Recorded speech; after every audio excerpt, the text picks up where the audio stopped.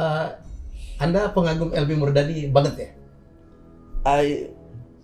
Bukan banget sekali, karena beliau adalah orang yang pertama kali jadi percaya kepada Mas Wowi. Betul. Jadi dia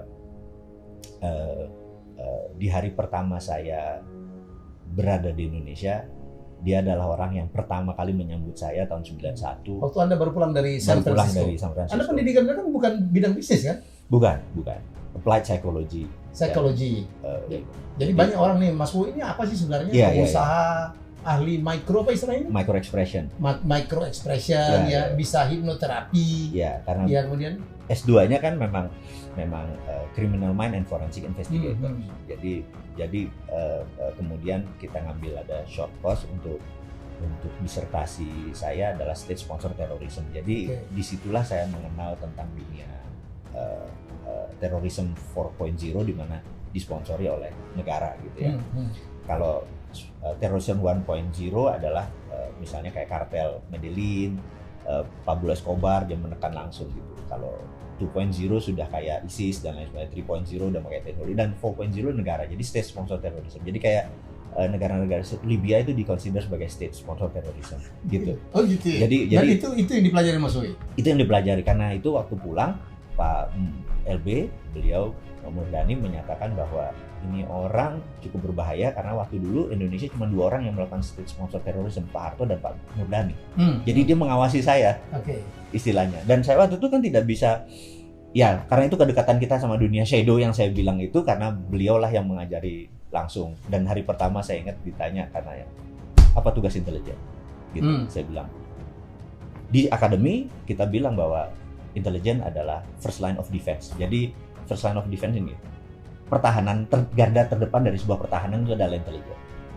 Nah, first line, karena itu intelijen itu harus mengendusnya tajam. Kita bukan intelijen, ada 6 fungsi intelijen, salah satunya spy, salah satunya mata-mata. Jadi kita bedain gitu ya.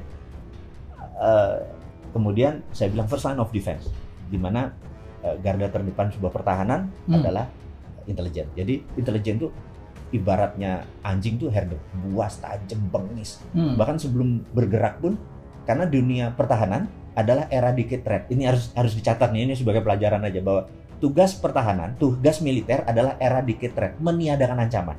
Tugas polisi adalah mempidanakan ancaman. Jadi kalau perlu belum ada ancaman sudah hilang. Itu di intelijen. Gitu ya, belum ada ancaman. Jadi ini cenderung antara cenderung ada threat atau ancaman sudah dihilangkan dulu. Karena itu kesannya melanggar HAM, kesannya. Nah, Barat untuk membuat kita tidak canggih dianggap hak asasi manusia itu tinggi. Padahal pertanyaan sederhana nih, saya tanya sahabat semua nih, saya tanya ke Mas Helmi, saya tanya, tinggian mana human right sama nation right?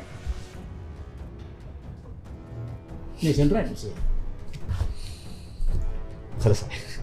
The end of discussion.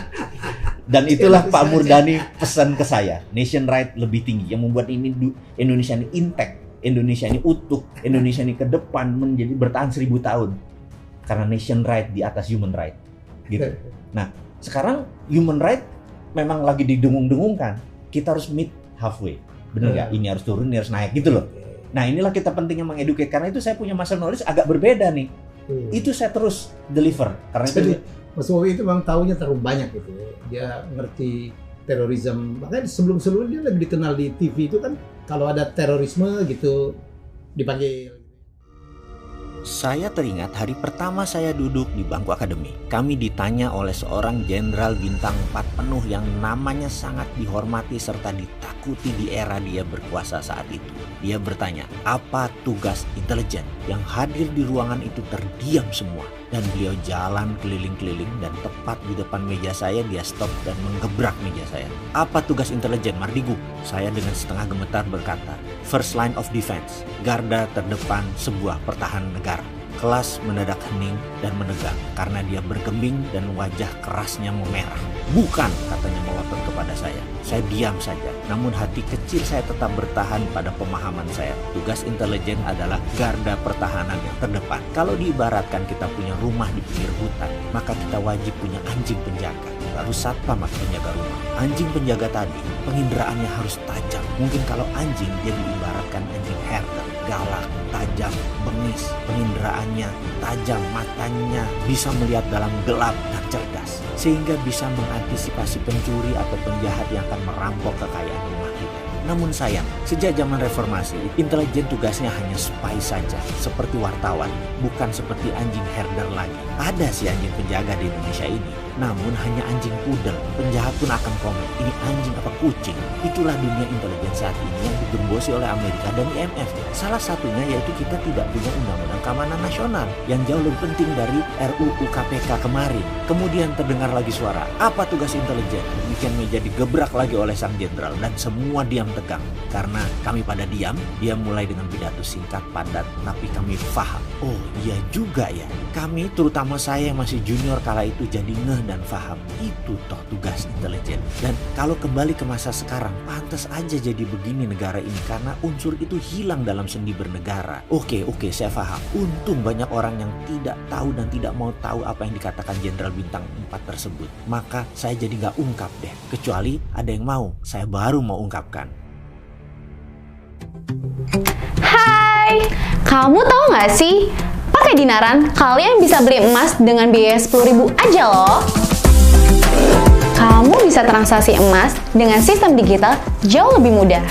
Beli emas, belanjakan emas, ambil emas, beri atau transaksi emas bisa dimanapun kalian lakukan.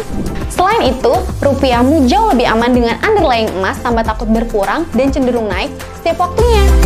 Di Dinaran, setiap rupiahmu bernilai emas. Jadi, download Dinaran sekarang juga.